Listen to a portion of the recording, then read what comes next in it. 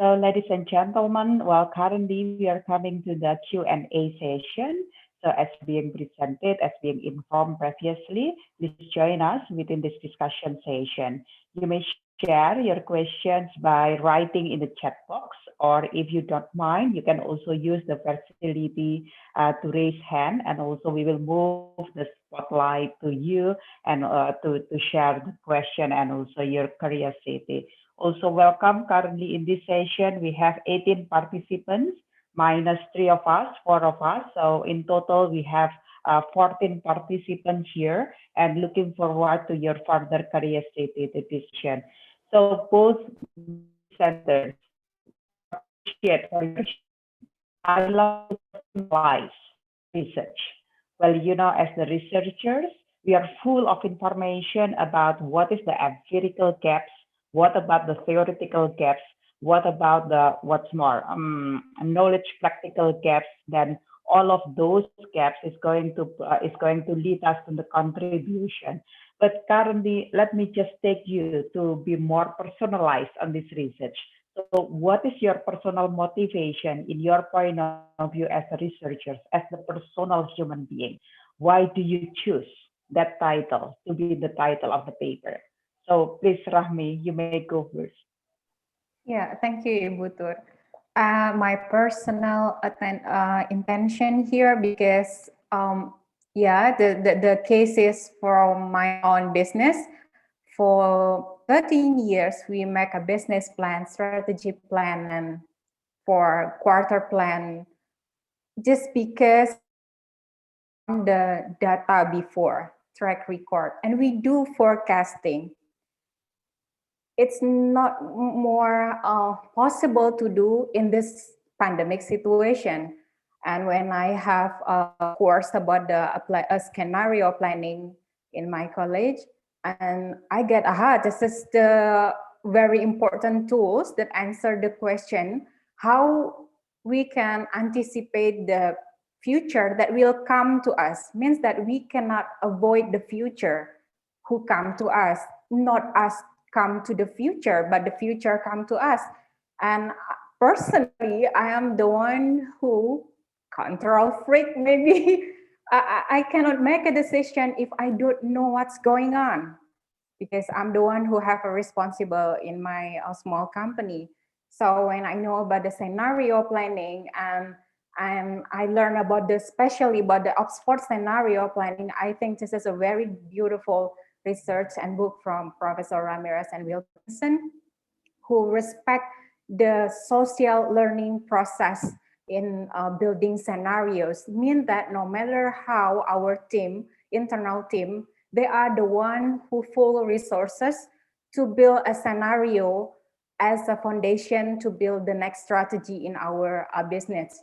Yes, of course, we need an expert, we need other research to support our decision, but the people who working with us, also the one who powerful, who understand, have a high engagement with the customer, the one who help us to survive our business.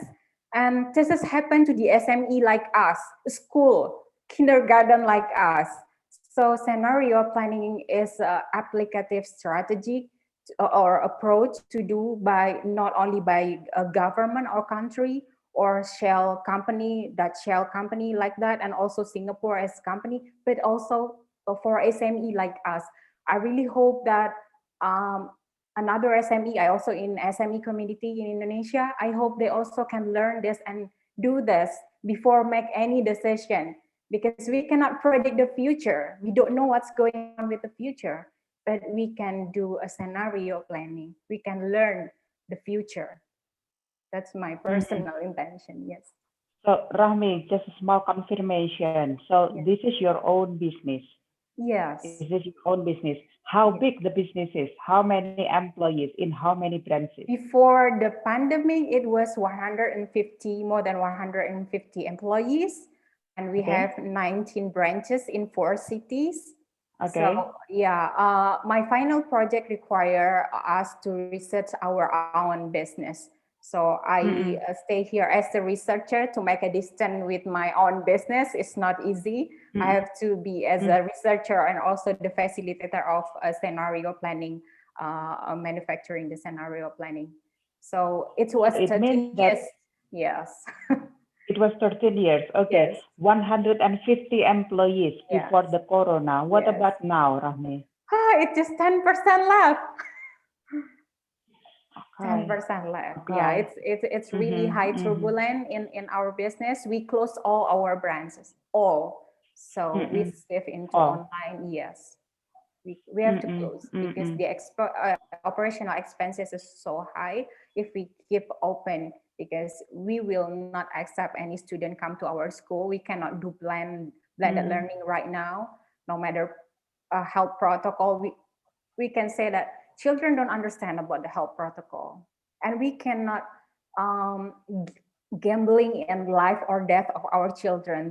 That's our internal decision. We will not play with that. So this is about life and So it means that, yeah. So it means that currently, as the leader of your own business, you are struggling on maintaining the positivity in your business. Yes. But then scenario planning is something more toward positivity. What about the real condition in this team? Are they still in the positivity, or currently is already in the negativity? They are still in positivity, and because they work with scenario planning manufacturer in 7 sessions, it's conduct online. Our internal conversation is really positive, and in business, in financial, we can say it's positive. And the surprisingly is my team used to say, okay, what's going on? Which scenario approach to us? Are we lion in the jungle? Are we the chameleon? So we have that conversation weekly, and everybody spend attention to the early warning signal, like how many vaccination progress and what kind of the regulation from the government. Are they keep changing the regulation? Or what's going on with the competitor? Are they trying to see the opportunity to open the school because the inconsistency of regulation? So everything part of early warning signal help us. So what's going on, which scenario approach and which plan that we have to execute, that's really help us, really practical approach. Okay, appreciate for your positivity sharing coming from your company, even though this is a very challenging period for all of us. Thank you, Rahmi. Thank you to take it more personally, to know the real of the real reason, the personal reason why this research is really important to be conducted. Thank you. Let's move to Sean. Sean, what is your personal reason to have this study? Okay, maybe the reason I was a little bit, just a little bit of background about who I am. So I have this little bit fortunate of studying my degree in US in engineering. Then I went back. At that period of time when I returned, I always want to in an R&D environment. Innovation is always my interest. But unfortunately, in Malaysia at that time is more like agriculture kind of economy, So there was not a lot of opportunities. So I left the country again and ended up in Hong Kong to work for an R&D company. So this is where I got this first taste of my innovation, R&D, and so on. And at some point later, after a few years, then I ended up in Canada. So this is where they kind of someone in SME, headhunted me in the US when I was in Canada, and they brought me, kind of convinced me back in the country and to set up R&D from scratch. So this way, R&D. So this way, when I started R&D under the SME umbrella, it was so difficult because many of these talents graduate, you come out, they rather work for MNC rather than SMEs. It's a very common thing in Malaysia. I think no matter how, so all the bright guys who do R&D end up in MNC. How do SMEs able to do? So it was a pretty challenging time, even though I know the know-how, I know the infrastructure tool, everything about it, but we need human capital to execute the design. It was high until the point when the SME was acquired by another company, yeah, American company. The whole thing changed scenario. So because when you have the status of MNC, it turn around. Everybody, you can attract the talent and so on. Then over the time, German MNC acquired us. Today's it belongs to it, but this MNC is much more even high tech.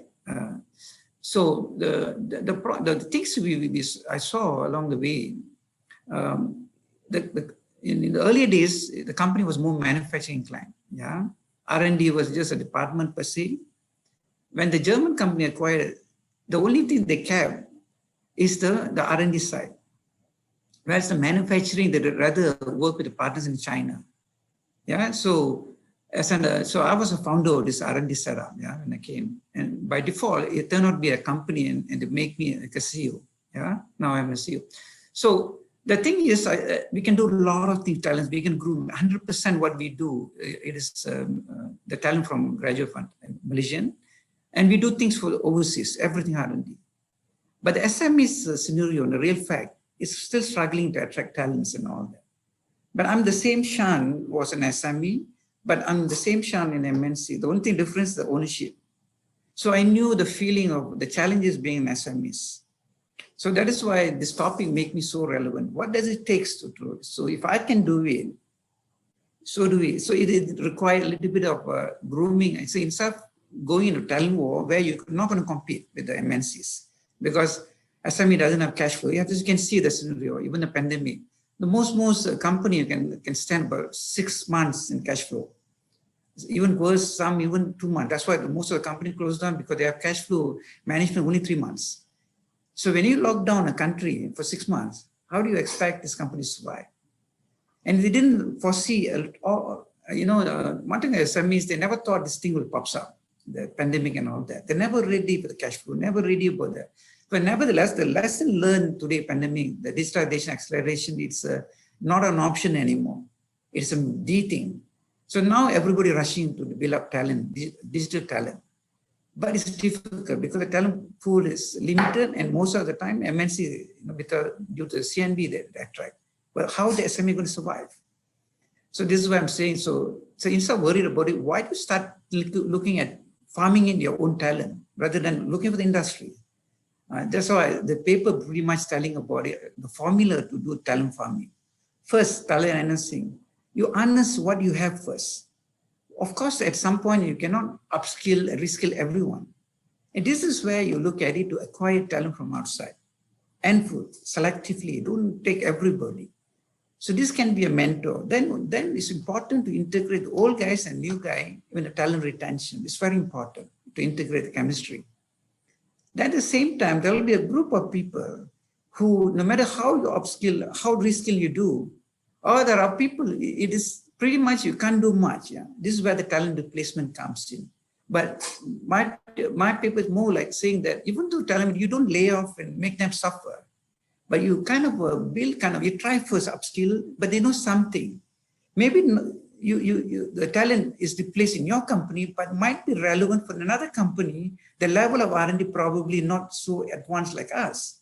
So you upskill, reskill, do your first talent thing. You can't, then you replace. So this is how I kind of put it, this kind of study, all this talent thing, but you have to be so agile, strategy agile. You have to be thinking about strategy agility. What do you mean by strategy agility? You must be able to sense quickly what's happening around surrounding and try to identify what kind of skill set you need. Okay, and you align it. Okay, I want to build skill sets. But when you make the sensing alone not enough, you have to make decision on timely. Then once you make a decision, you execute the decision on the real time. So this is how I'm kind of capitalize it. Yeah, how talent farming is inclined to tacticality can help the organization of SME performance to be more resilient, more sustainable. So this is the picture about why I look at this topic and so on. Yeah. Thank you, Sean. Well, a small question, additional questions. By having a discussion in talent farming, it has to be started from inside. So checking the information inside, checking the talent talent owned by the organization, and then checking the connectivity or the acceptance of this talent in the comparison with outside? Or should we go to checking outside first, then taking that information to inside? That's right. The first thing is Okay. ability about the organization. I have the ability to sense what's happening outside. And you know, sometimes a company, right, today, let's say, for example, like the digitalization, everybody going e-commerce, everybody going to artificial intelligence, machine learning, and all these things are typically a different skill sets. Something maybe you might have, might not have. But if you think you have it, it's good. Not every company have that. So all started was sensing around. Then you send, then come back and look at the talent management, right? Enhancement of what I'm trying to do is talent management. What we do today in a traditional way is talent management. We manage what we have. You only talk about the talent you have. You hire them. You develop them to what's your business need. But you don't look at so much about in the future sometimes, especially SME, because SME doesn't have a dedicated setup. Unlike MNC, they see long-term, you know, short-term, mid-term, and long-term. They know how to build it, yeah. But SME, they look at even thinking about short-term, what I can gain money for next 3 months. How do I pay my suppliers within 3 months? This is a very short-sighted kind of thing. So sensing outside, you know, they always wanting probably maybe in Malaysia, because we are very much subsidized by the government, you know. So if we SME in trouble, I'm sure government comes and helps us out. That kind of mindset, you know, and it is works before, but during pandemic, everybody is in problem. Even MNC, everybody, even human. So how much a government can subsidize? So this is where the SME started feeling it. Hey, all the time I had a problem, I had government about it. But today I'm struggling about it. Either I do something about it, either I'm going to close my shop. So this is where everybody started realizing. So, but everybody wants the talent, a new talent at the same time. So what do? You wait until MNC takes up, you wait for the government to build the talent because people are ready to take time. Meantime, what do? You farm your own talent. Look at what you have first, you honest. Only the things you don't have, maybe you can acquire, maybe you can't acquire. Then this is where the government need to work out kind of subsidy or what, relevant to the talent acquisition, bring the experts outside, help out SMEs. So this is also, so in short, the question that you asked, yes, you have to sense outside first. Then start identifying, am I ready? Am I good enough to face this resilient change, all this disruption? You got to really see, in Malaysia, right? That was the first thing I was in the first slide. How did the technology disruption in Industry 4.0 going to come? Are you ready? Another thing, even then you have this trade war under the Trump administration, you know, it's all US, and Malaysia is a trading nation. And the US and China cough big at flu here. So that kind of very sensitive. So you need to continue to monitor also what's happening. So we cannot be sites any country.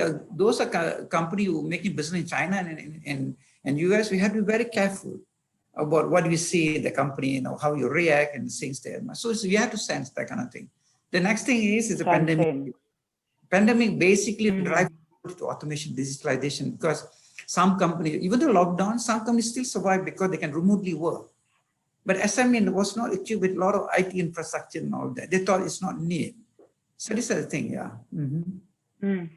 Okay, Sean. So I think we are coming to the same conclusion of thinking coming from outside when we are trying to make a connection of this discussion with the evolution of paradigm in the human resources. When first, this is about the administrative era, and then the strategic era, and then resource-based view era, and currently we are trying to sense outside and also checking the outsource coming from the inside company.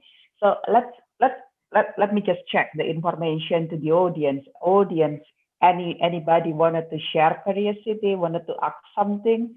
Because I think currently we are in the fire. And I don't want to leave somebody else in this forum. Please join us in this discussion. Okay. Anybody wanted to raise your hand or ask a question, ask a curiosity? Okay, so let's move on. Rahmi, well, a lot of interesting ideas when we are listening about talent farming as being researched by Sean. Rahmi, you are the owner of the business. You also have a research in your own company, and you have that scenario planning. Very interesting.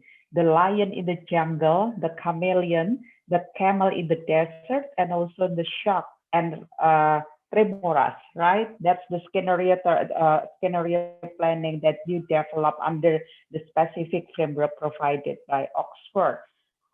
Well, within that scenario planning, there are a lot of a lot of collaboration needed by your own internal talent with the talent coming from outside. And currently, you got a sharing coming from Sean about the talent farming. Trahmi, what is your sharing about it? Or what is something come up in your mind about the strategy by using this scenario? Would it be possible also to implement talent farming in your own company? Please share something, Rahmi. Yes, thank you, Ibu Tur, and really interesting, Shan. And I really curious and stay attention whilst Shan explained the paper. And I think this is the new term that I heard. I'm the one who really interested in people development because people is our core resources. Before I can say we only concern about our training center. We hope that we can train people to help them develop. But by talent farming, it's give me different insight about this.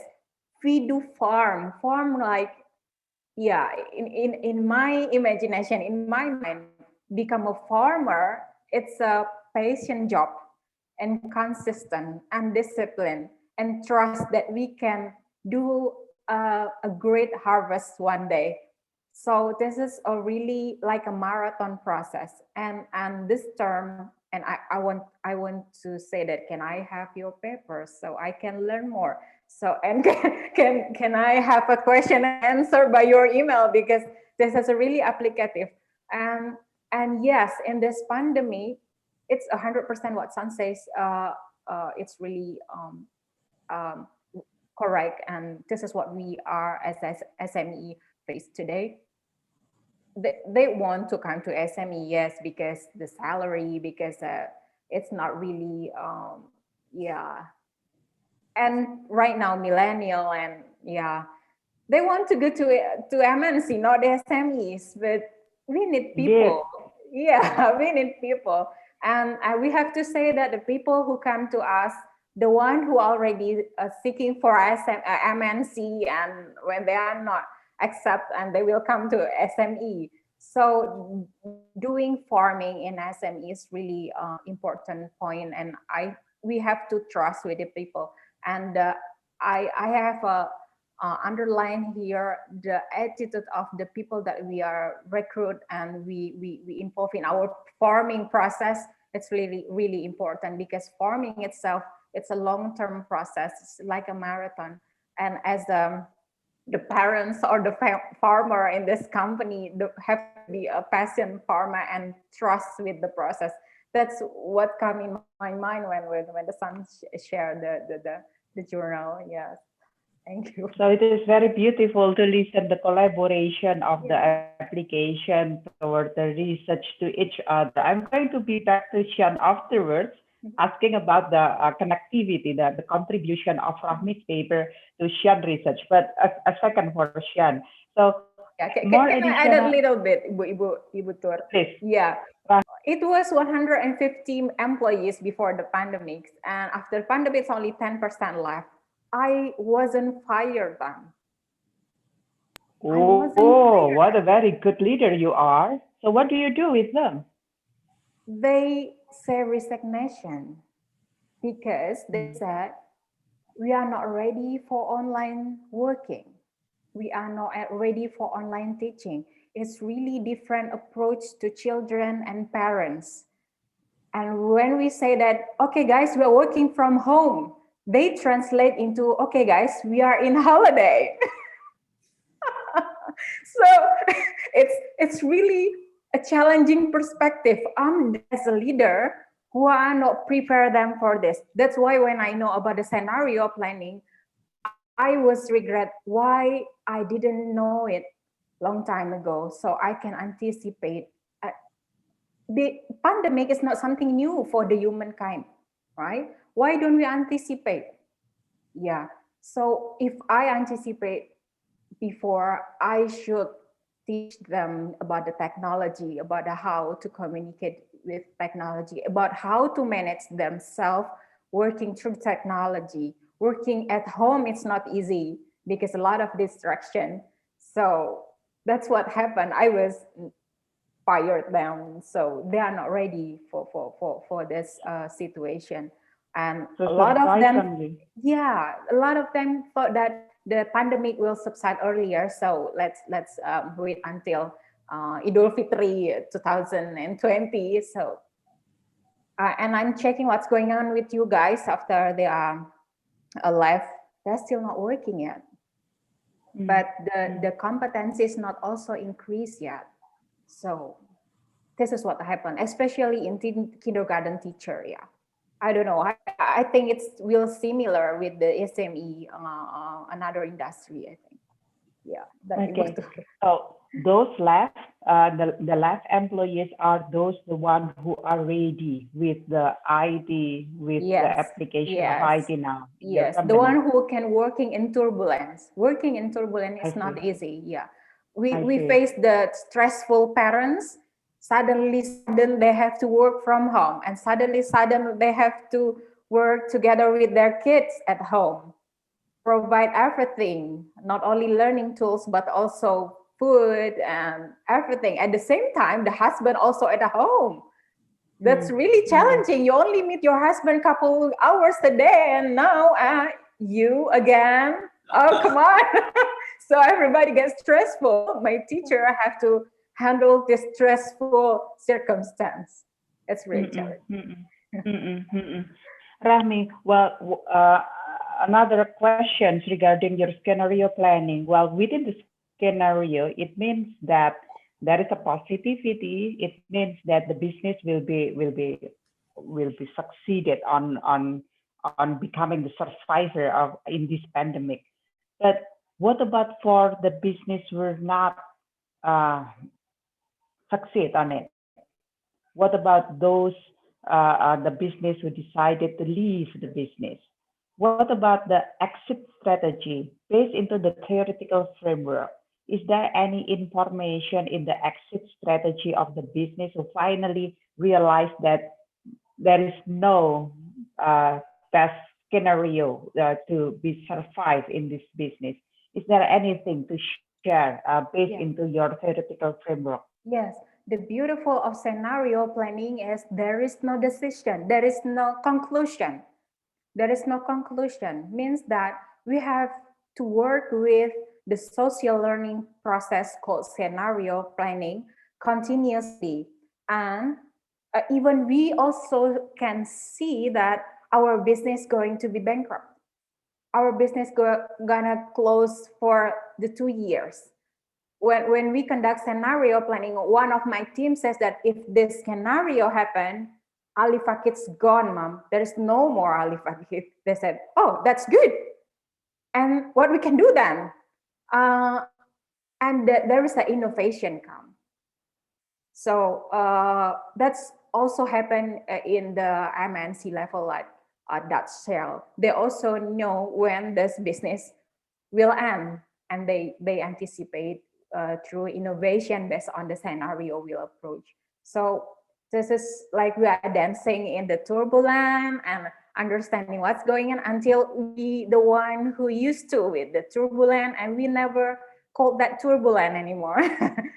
Yes. Because we are getting to use on this Yes. turbulence. Yeah, we can stop the wave, but we can start learn how to Yeah, we can surf. do surf. Yes.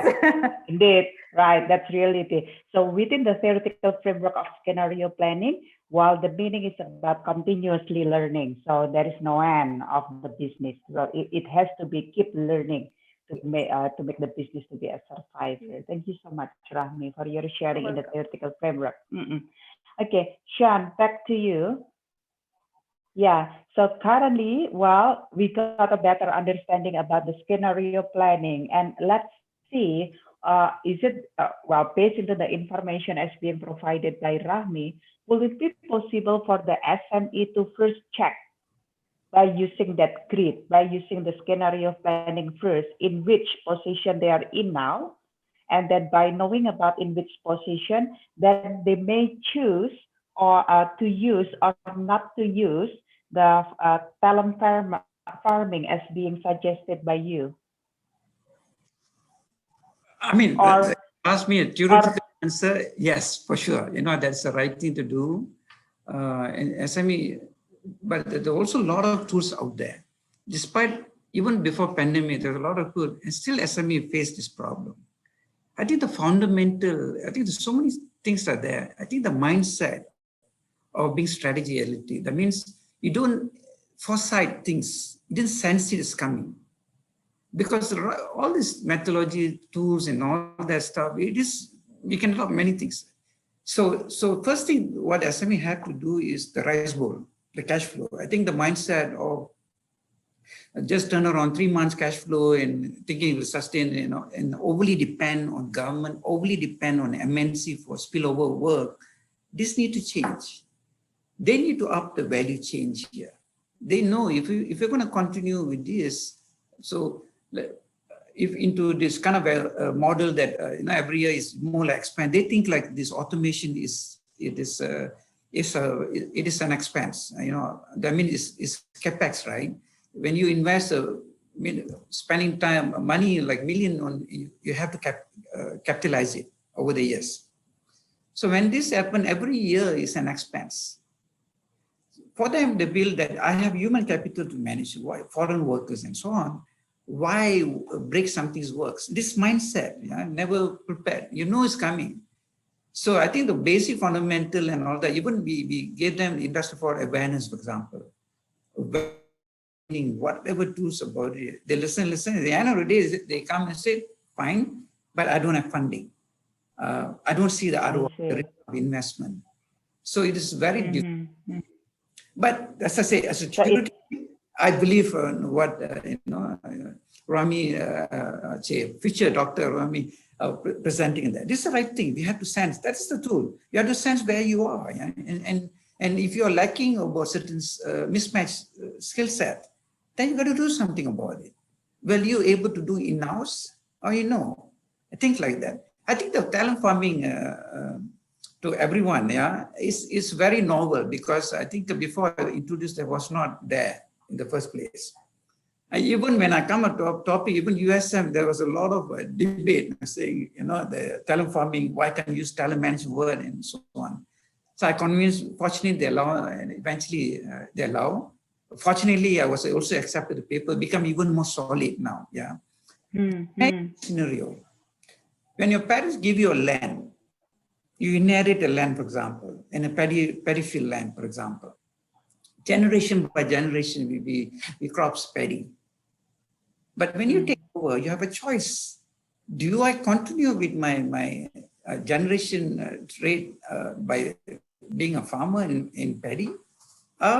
Maybe half of it, a quarter of it, I continue with my traditional, because it's still a good business, but I want to continue. Then the other land, I might go smart farming, precision, go look at the high price crops, the same land. So what do you do in the context of talent here? So you harness the same land with the paddy, same way method. But there are other crops you cultivate, you bring new seeds, new crops to cultivate a new crops. This is where you acquire. Then what you do, you maintain the land. This is where talent retention. You take out the weeds, things, you maintain. But time to time, there's always weeds comes in here and there. What do? You need to pluck it out. This is what the talent replacement. So that is why I'm saying, that's why make me to toy this idea of what. If farmers can make in generation a better ways of make more profit, why can't the organization do the same? So this is the idea that pops up. Okay, Sean, by having a discussion in the theoretical framework, when we have a discussion about talent farming, it means that we keep seeing that talent belongs to the organization.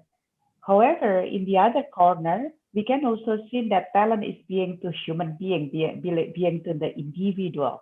When we have a discussion about talent under the umbrella of protein carrier, when we are thinking about the carrier of a talent, these carriers belongs to the human being. While currently the audiences are coming from the millennial generation, they love working with flexibility. The carrier, the dedication of talent is belong to themselves as the individual.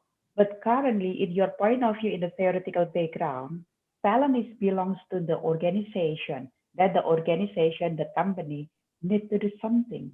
So it means that currently we find that a gap since the supply of talent think that talent is being to myself, but the demand, the company think that talent is being to the company. So I am willing to do more, to farm, to groom the talent.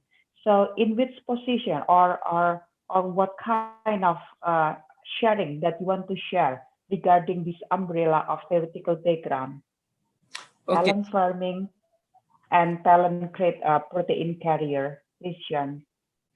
sure. I think my core probably expertise, my passion is developing talent. Because I always am in R&D, and I know what does it take. Not everybody can do R&D. Yeah, some people can astute, some people can creative, and so on, so on. So, but nothing is impossible. But there are three elements to this. In order to be a talent, you have to have certain competency. Yeah, but the competency is need three elements to it. One, you need to have knowledge. Two, you need to have skill. Three, you need to have ability. Now, how does this knowledge comes about? Is this knowledge you get it from you? A knowledge you might have. You are fortunate to have an education in university and college. You learn this knowledge. Some people, unfortunately, and they probably build the knowledge with trial and error, experience, and so on. Nevertheless, it's a knowledge, yeah, official and non-official, yeah. Then what happens then? You join a company, yeah. So when you come a degree, people hire fresh engineers based on their grades, right? So the higher the grade, the better, because this will lead to big companies. Because in R&D, you need to have certain CGPA and so on. So that will filter you out. So when the students, if you are hearing, you have to do well on your CGPA and all that. Because during interview, nobody knows each other. The only thing the HR will screen is from your CGPA. The higher you are, the better chance of the big. So most of the MNC will sweep up all the top students or the grades. Then they'll call you for an interview. Yeah. Now, 4 years, if let's say you do a degree in 4 years. This degree, 4 years of hard work, what does it do? It's just give you invitation for interview. That's it. But it doesn't land you a job. What lands you a job is when you, during interview, how do you convince the organization that you can be an asset? How do you have the attitude for them to build a skill around you? Right? Nobody expects the industry looking for you have a skill in. No, you just need to have a right attitude. Do you demonstrate as a student with the good studies? Do you demonstrate when you're doing interview showing the passion that you can do? When you ask a question, if you study in an electronic example, they will ask you a fundamental question. They're not going to ask you a project. They're going to ask you what you study. Basically, the question in the interview is from the resume they send. They ask in the particular, if you write your resume, if you really do what you do, you shouldn't have a problem getting the job. Because once you have that good attitude, no matter what, and we can build any skill around you. So the skill part is a company build it. Then how do you become this whole talent? It's you itself, how you brought up, how you grow up and all that, ability to hunger for knowledge. This is our combination that human capital, the talent developed by individual, by these things. You must have the ability to learn, to go to school, learn. This is you. It's either you have it, or you either don't have it. The attitude being positive, it is something that you grow up. No company can do change your mindset. It's you. Then when you come, you study hard in the college. The college do their part to give you the knowledge. They do the part. Then once you get a paperwork, you come to the industry. This is where the industry do the skills part. So everybody play this equation, but all comes from the individual from the first start. Yeah, Sean, I love your sharing about it. Well, we know currently we are dealing with a lot of millennial generation around us. They have they have their own meaning of work. In our age, when we are in the certain age that we are entering the company, then we want to show our biggest dedication to the company. But they love the flexibility in that much. When they are entering the company, if the company is doing good, I am going to stay. When the company is not doing good, I am going to leave. Yeah. I have a freedom to leave. Well, okay. Nice to know you're sharing about it. By the way, in the next session, I'm going to share the stage to Rahmi and Shan, both of you. If you have a questions to both of you, means that Shan, you may ask question to Rahmi. Rahmi, you may also ask question to Shan, because I don't want to dominate within the session. But beforehand, I'm going to check the audiences over here. Well, we are on the fire now. We are in the fire. We have a lot of point to discuss. Please let us know if you have a questions or curiosity wanted to share. We have Hans, we also have Tengku, Brickster, Daniel, Simon, Vincent, Clarice, Vergara, Wendy as well, Paulo, Rafi, Humphrey, Muffin, Dwight, Janine, Ivan. Please share us if you have any curiosity. Okay. So silent in the forum. Well, okay. So this is the next stage. Well, Rahmi, any question to Shan? Shan, any question to Rahmi? Rahmi, you may go first, please. Okay, thank you, Butur. Thank you, Shan. Yeah, you are the one who were in SME and go to MNC. I'm sure that you saw it's a really different battle to develop people, right? Yeah, the financial and everything, it's another concern, but the other concern is also the quality of the seed itself who came into our land.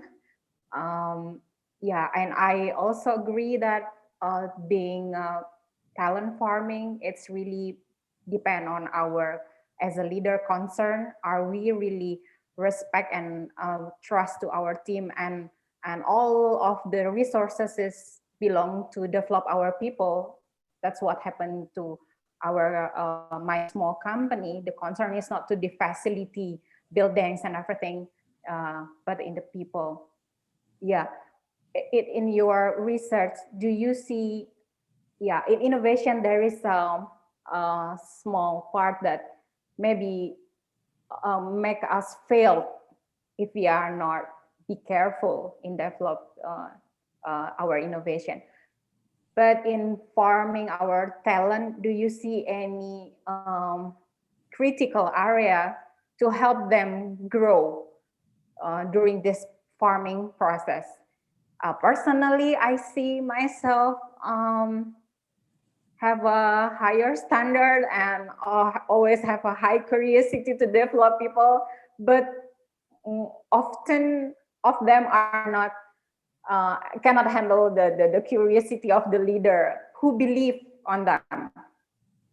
A lot of issues is they also didn't believe their capability, or maybe I can say that they only have a small dream for themselves.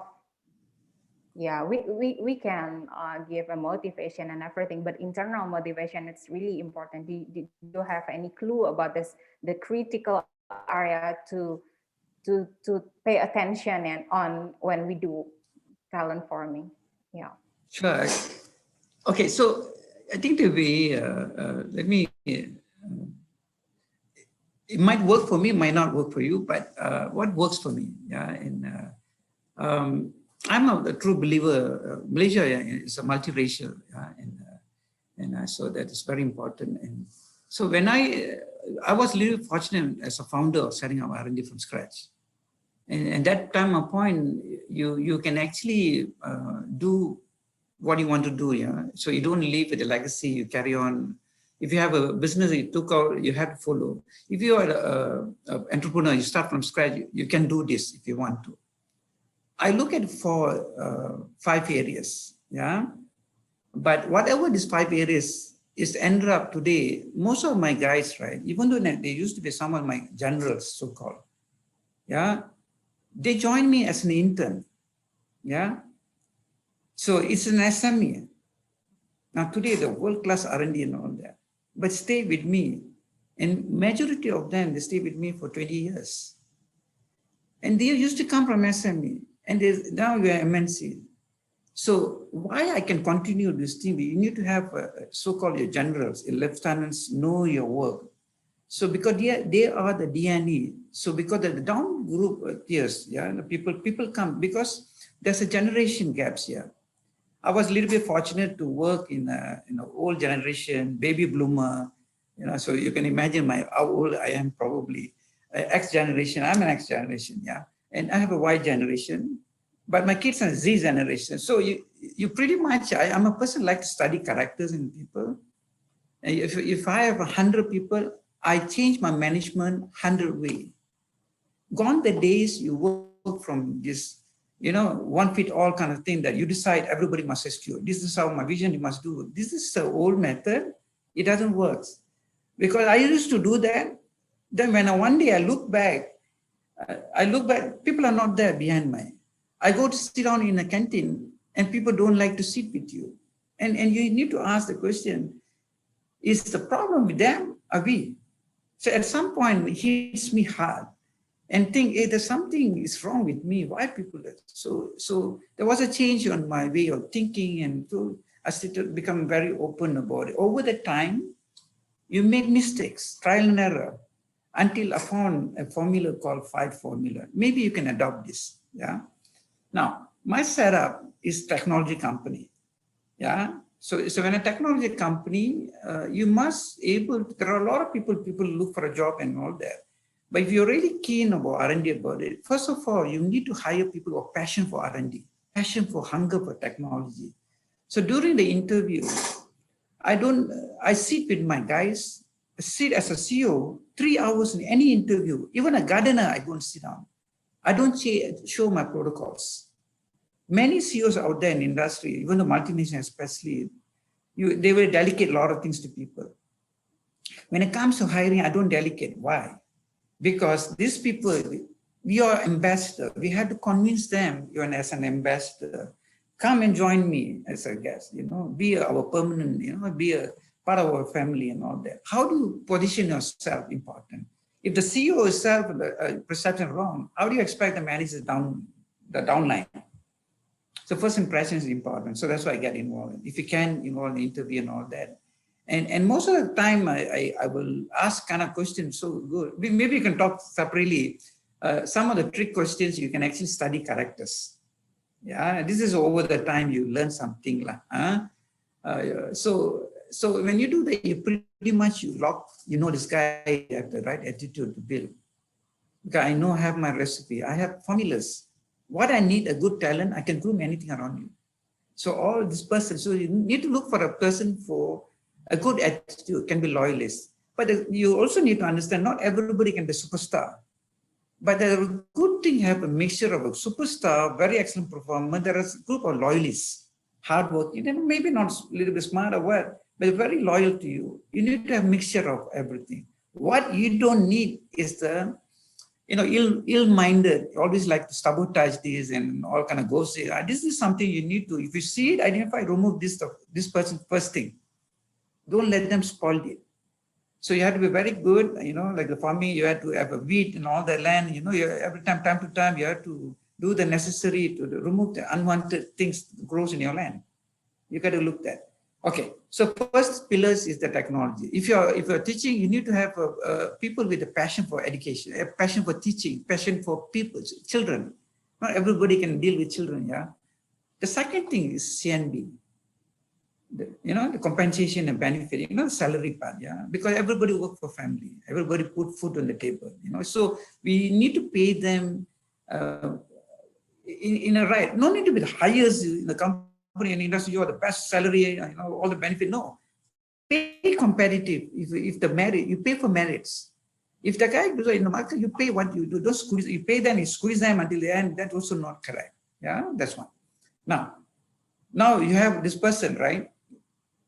Then the most important thing is, there's a saying out there, one can only perform if the company or the superior can allow them to perform. It's very important. So if they must feel that the management also must be approachable, down to earth, not eye to eye, don't understand emotion and all kind of thing. So the third pillar is the management. Management need to be down to earth, approachable. Gone the days boss giving instructions. We need to listen no matter what generations. You must listen all kind of thing, patiently, advise. And most of the young generation don't like too much advice. Even our own kids. How do you expect them to come? So this is, I think, it's hard for us to change, but this is how we have to change if you want to retain the team. Then the fourth pillar is very important. Malaysia is multiracial. So you need to make sure, don't show the company like a very centric one community. You need to make sure all races have been fairly hired and judged, and you should hire for merit, not by skin of colors. That must be so. The message, the value must be so. People talk about it. It's not by saying in your slides, "I'm doing this marketing," but you must show it by actions. People talk behind the scene. The powerful tool of marketing is work by mouth. Everybody knows. Yeah? So that's very important because one, no matter if even your company allow you to perform, even the superior allow, but if without the peer support as a teamwork, it also will fail. So it's very important the peers able to work together.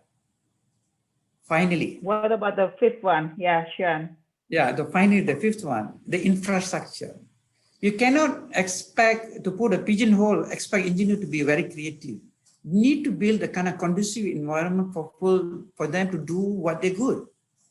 So in my context, I have to provide, if I want to do, I must give the latest technology, latest tool to do simulations and set up workbench, monitors, and the convenient, the chairs must be very comfortable because you're going to spend hours and hours there. And if you don't give a proper chairs and make them the backache and all that, this is all not healthy. So you have to be very sensitive on the infrastructure setup. And in our kind of environment, R&D, we're not in manufacturing, right? So you need to give flexibility of coming right time. We have family to drop. So it's that kind of flexibility, yeah. And right, that also taught me and taught the team management to think differently. Now we are working hybrid. Hybrid means we can work from home now. Some of us in management administration, if you need, then come to lab. So that kind of flexibility we are changing, Of course, all boils back to trust. How do you know you're home? How do you know you don't go shopping while you're at work? So all boils back. So it's you got to create that kind of a chemistry. It took me very long, but eventually it happened. But you have to be patient, and especially being a founder, owner, money is very thrifty, and everything you see, we don't have that kind of patience. I'm not own the company, but I work as an employer. But I always feel that these 5 elements so important because when the employee the 5 elements is satisfied, okay, they can make customer satisfied. When your customer satisfied, they will repeat orders. This repeat order will make you shareholders to be happy. So all start from the employees. You got to put a lot of. That's why I focus on so much on the talent personally. Yeah. I don't know how. Sean. Sure. Go ahead. Sean, sorry for the interruption, but time flies, and we love to listen all of suggestion coming from you. But this is your term to ask something to Rahmi. Please, Sean. Thank you, Sean. Because I don't because I'm not an addition line, but the learning I'm seeing, so I always think about once I've been all the time in industry. I've been 30 years in the industry, and the question is what I'm going to do after that. Some of the thought is I like to teach. I like to share knowledge and that kind of thing. By sharing, you can imagine the kind of I think Dr. To be, that's me, Remley. Dr. To be went for education before pandemic, because it's beautiful prospect business, educations. And pandemic Sean, thought, any questions to Rahmi, especially about her research? No, Scenario planning. chameleon in the desert. Uh, Sorry, I the I lion think in the jungle. additional knowledge. For me, additional knowledge, the kind of the research showing about, how you assess the SWOT analysis. And I really appreciate that. It's a different context how Yeah, people look at it. Yeah. Thanks for the knowledge. yeah.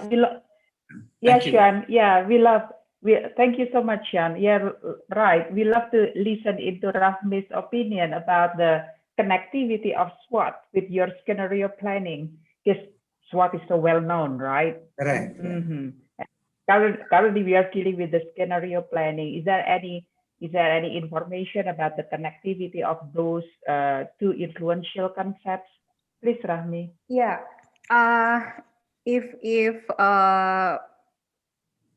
yeah, we can see in the last video, it's about examining the transactional and contextual environment. There is a circle that's so in my slide. Part of the point is what?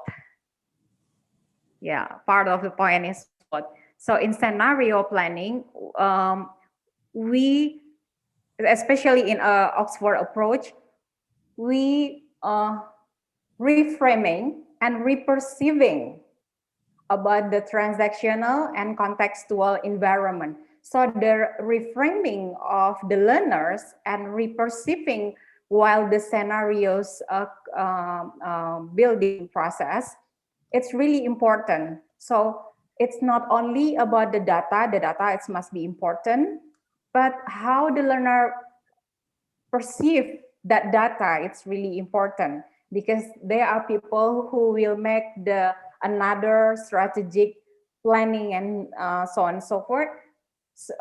So before we go there, we need to see how we reframe that. So when the process of scenario planning happen, it's one-time iteration in Alifa Kids. Oxford scenario planning really concerned about iteration. Iteration means that what the driving force in our business. Before they say the consistency of regulation of the government. So when there's the critical uncertainty, we need to change our way of business. We will become the one who approach the government regulation. But when, as a facilitator, I ask, are you sure this is the most critical uncertainty for Ali Packet scenario? And the learner says that. Is it possible if we change it? Okay, why? Which one? And how? And they change it. And then there is a matrix, 2 × 2 matrix about the scenario, it makes different. So in scenario planning, believe that the reframing and reperceiving from the learner is really important. This is a really top-down process. The challenge is, are the top management want to accept the reframing, reperceiving from the learner, who may come the bottom layer of management, even its operator or gardener or security can involve in that process. So that's how that perceive the situation. Yeah, everything is just connected to each other. Thank you so much, Rahmi, for your sharing regarding this point of view of the SWOT and also scenario planning. Well, there is an information in the corner of the Zoom. The remaining time is 7 minutes. So it is a very quick information that we are coming to the end of this session now. Let's just move to our third stage in the conclusion remarks and also for the sharing for your e-certificate. So let me read something regarding point to learn while listening into your session. So within Alifa Kids research, we learn about the scenario planning and also the application of this scenario planning to survive in the educational business by having a research in Alifa. Also, we got to know better about the lion in the jungle, the chameleon, the camel in the desert, the shark, and also the remoras, and also all of the strategy how to be a survivor when we are picking into specific scenario in our business. Thank you so much, Rami, for sharing that knowledge to all of us. Really appreciate it. And also through talent farming research as being presented by Shard, we are learning about the importance of research and development in the small medium enterprises and also challenges in the small medium enterprises started from lack of talent with agility, lack of talent with readiness to digitalization, gap in skill mismatch, talent war, and also lack of specialists, lot of challenges in the small medium enterprises, and also how to cope up with the condition by using strategy of talent farming. Thank you so much, Sharon, to share us the information, the knowledge about talent farming. All of the audience here are really appreciate the presenter sharing, and this is our time to share our biggest appreciation to all of the presenter. The audiences, you have a reaction button in the corner of the Zoom. If you are feeling happy with this sharing, if you are feeling that this sharing is really valuable for you, please share your react by using the reaction button. I'm also going to share it. I want to share love from Indonesia. Thank you so much for your sharing, Anet, Rahmi, and also Shan. Oh, lot of sharing coming from our participants. They love it so much. Thank you so much for your sharing, dearest presenter.